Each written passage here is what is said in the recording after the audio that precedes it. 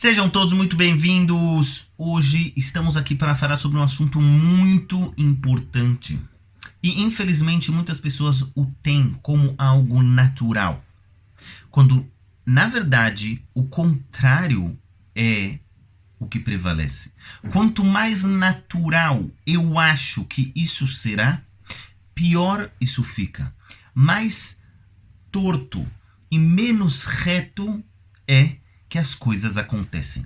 Nós estamos em uma geração onde os conceitos estão trocados, os conceitos estão confusos, as pessoas estão confusas, elas não sabem o que desejar, elas não sabem o que elas querem.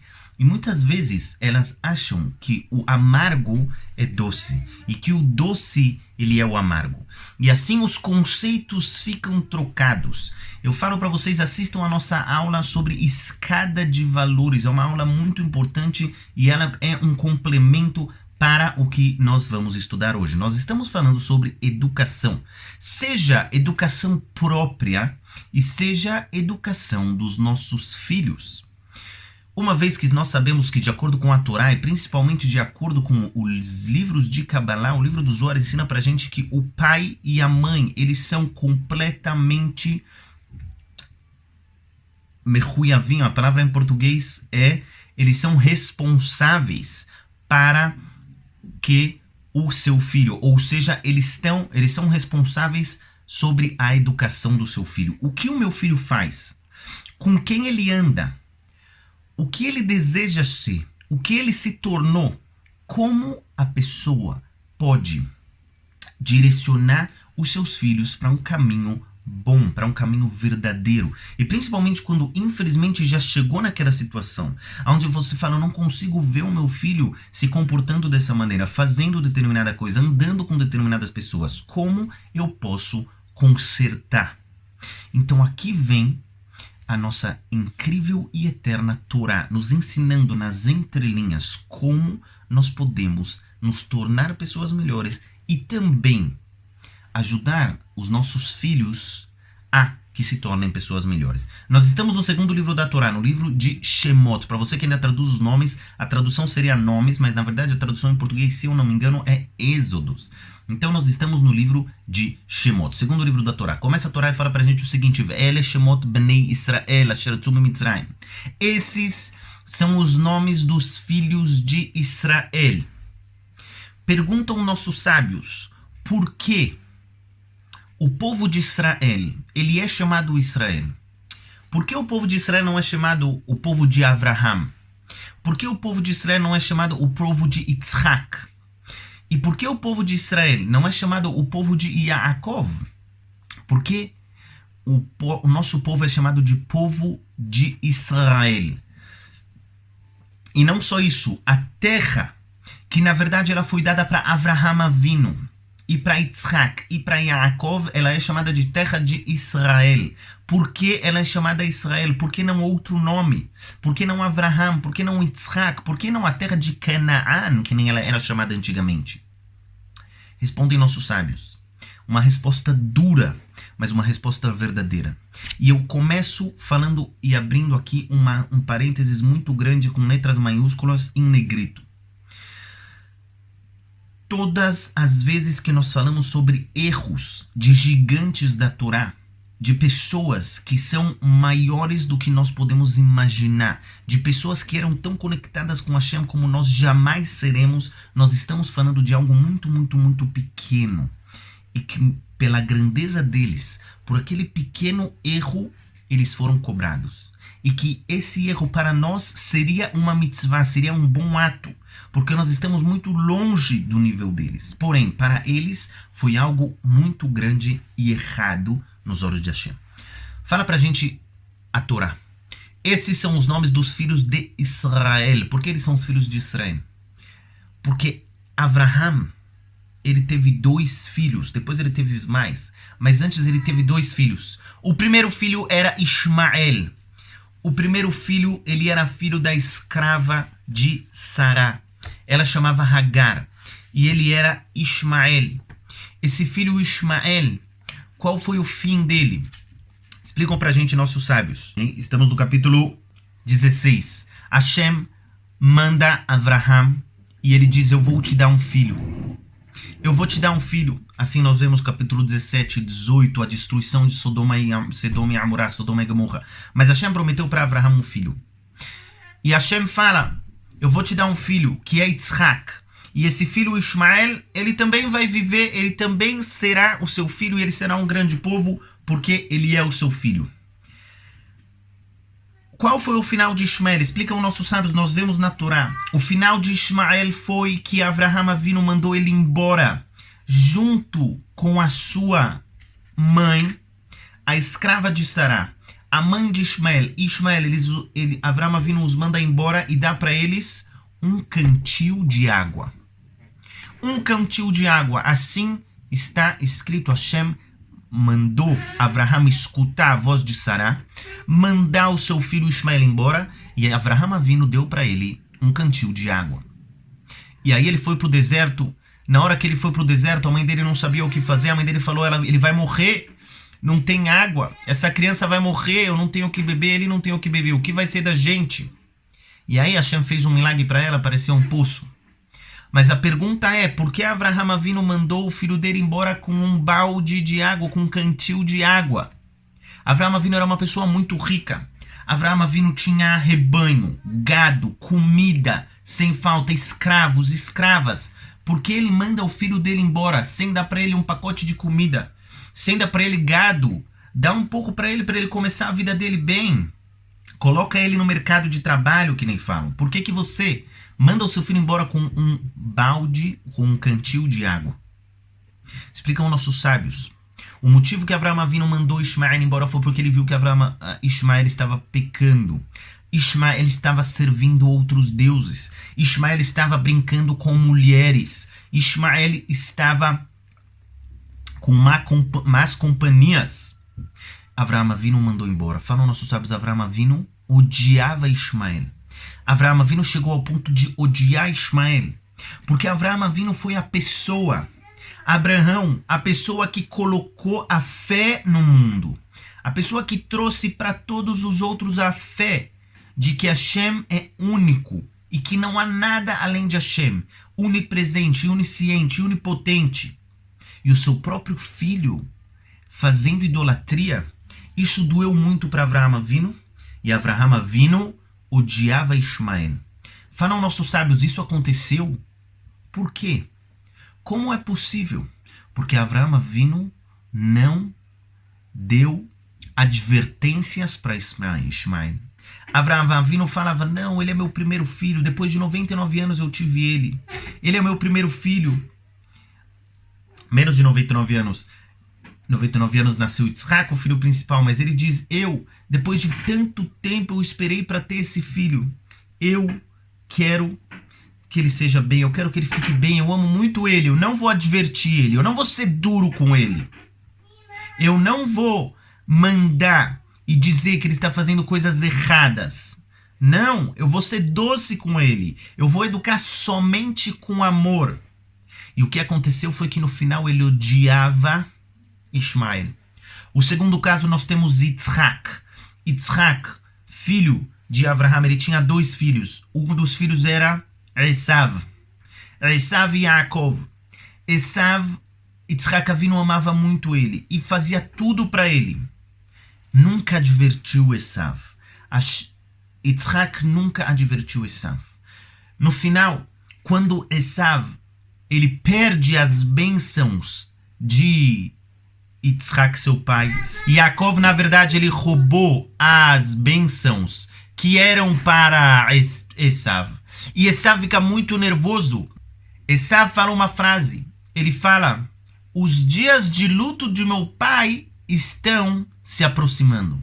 Explicam nossos sábios, Esav queria assassinar o seu próprio pai. Perguntam nossos sábios como? Qual é o motivo que Esav queria assassinar o seu próprio pai? A resposta é porque Yitzhak nunca advertiu Esav. Yitzhak nunca foi duro com Esav. Yitzhak simplesmente deu amor da maneira errada. Portanto, Esav odiava o seu próprio pai Yitzhak. Como é possível que um filho odeia o próprio pai? Explicam nossos sábios que quando a pessoa somente dá amor da maneira errada para o seu filho, das duas a uma, só existem duas opções. Ou o seu filho vai te odiar, ou o pai vai odiar o filho. E eu não conheço um e não dois. Infelizmente, eu conheço muito mais casos de pais que deram tudo pro filho. Tudo. Tudo que o filho queria, eles davam. Tudo que o filho queria, eles faziam. E os filhos, hoje em dia, desprezam os pais. Os filhos, hoje em dia, olham os pais como se fossem um zero à esquerda. Menos que um zero à esquerda, um nada. Por quê? Porque o pai não soube colocar limites. E quando você não dá limite, o filho simplesmente vira. É justamente o contrário. Acaba criando um ódio. Acaba criando um problema que o filho, ele não quer mais aquilo. Mas ele não sabe fugir. Ele não sabe como parar aquilo. E por isso ele acaba odiando o seu próprio pai. Explicam nossos sábios uma coisa muito profunda. A criança, na verdade, o que ele quer é limite. Por quê? É muito simples.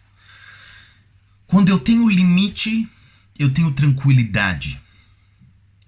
A pessoa que ela mora na rua, a pessoa que ela não tem uma casa, o mundo é a casa dele. Ele não tem tranquilidade. Ele não se sente protegido. Quando a pessoa ela tem limites, ela tem 4 paredes, ela tem um teto, ela tem um limite embaixo, que é uma terra, ela tem um limite nos 4 pontos cardeais, nos 4 lados dela, e ela tem um teto, ela tem limites, ela se sente protegida, ela se sente bem, ela se sente confiante.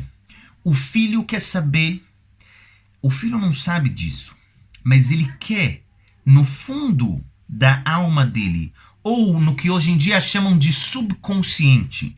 O filho quer no subconsciente dele saber que ele tem um pai e uma mãe fortes, que eles são capazes de cuidar dele em qualquer situação. Então, o que ele faz é testar os limites. Ele testa os limites do pai. Ele testa os limites da mãe. E o que ele quer é que falem para ele não. O que ele quer é que proíbam ele de fazer. Porque dessa maneira você mostra que você é forte. Mesmo que na hora aquilo doa. E aquilo dói muito. Uma vez eu estava conversando com uma pessoa, um sábio de Torá, e a filha dele começou a pular corda dentro de casa. E ele falou, eu não deixo pular corda dentro de casa, é perigoso. Tem muitas coisas aqui, não tem muito espaço. E ela continuou. Ele falou, eu vou falar somente mais uma vez, filha, não pula a corda dentro de casa. E ela continuou. Ele levantou, tirou a corda da mão dela, ela começou a chorar. Ele olhou para mim e falou, saiba você, isso dói mais em mim do que nela. Aquilo dói quando você faz, entre aspas, mal para o seu filho. Entre aspas, sempre. Aquilo dói. Mas, na verdade, aquilo é bom. Porque você não está fazendo mal para o seu filho. Você está fazendo bem para o seu filho. Aquilo vai criar dele uma pessoa melhor. Aquela pequena dor que ele vai sentir por alguns segundos, porque você proibiu ele de comer um chocolate, porque você proibiu ele de pular corda dentro de casa, porque você proibiu ele de sair com os amigos, aquilo vai criar, na verdade, uma casca e vai transformar ele numa pessoa melhor. Aquilo vai criar uma pessoa mais forte. Ele vai saber que existem proibições, ele vai saber que existem permissões, e dessa maneira ele vai conseguir crescer. Ensina Shlomo Amelech, a pessoa mais sábia de todos os homens. Ele ensina pra gente, no livro de Mishlei, nós estamos no livro de Mishlei, o livro das alegorias, o livro dos provérbios, estamos no capítulo 13, versículo 1. O filho sábio é porque ele recebeu mussar do seu pai. Mussar é uma palavra que, como vocês sabem, e se não sabem, vocês devem escutar as aulas de Mishlei, as aulas de alegorias e provérbios. No nosso site existem 102 aulas, se eu não me engano, cada uma com mais ou menos 1 hora, sobre o que é o trabalho pessoal de mussar. Mussar é o trabalho pessoal, é você trazer sofrimentos para você para ser uma pessoa melhor. E quando a pessoa ela faz o trabalho de mussar de uma maneira correta, e quando a pessoa ela consegue se trabalhar de uma maneira correta, aí ela vira alguma pessoa melhor. E por isso falam nossos sábios. Livro de Mishlei, capítulo 13, versículo 1. O filho sábio, ele na verdade é pelo mérito do sofrimento que ele recebeu do pai. E termina o versículo Veletz, e aquele filho que ele é um palhaço. Aquele filho que ele não leva nada a sério. Aquele filho que ele começa uma coisa e não termina. Ele começou uma faculdade e não terminou. Ele começa um trabalho e não termina. Ele não consegue fazer nada na vida dele. Ele não consegue ver o final. Ele começa e para. Isso é porque Lo Shema Ge'ara. Ele não escutou gritos. Ele não escutou o grito do pai. E é óbvio que grito aqui é muito mais profundo do que simplesmente levantar a voz. É você saber gritar e encostar no coração do seu filho.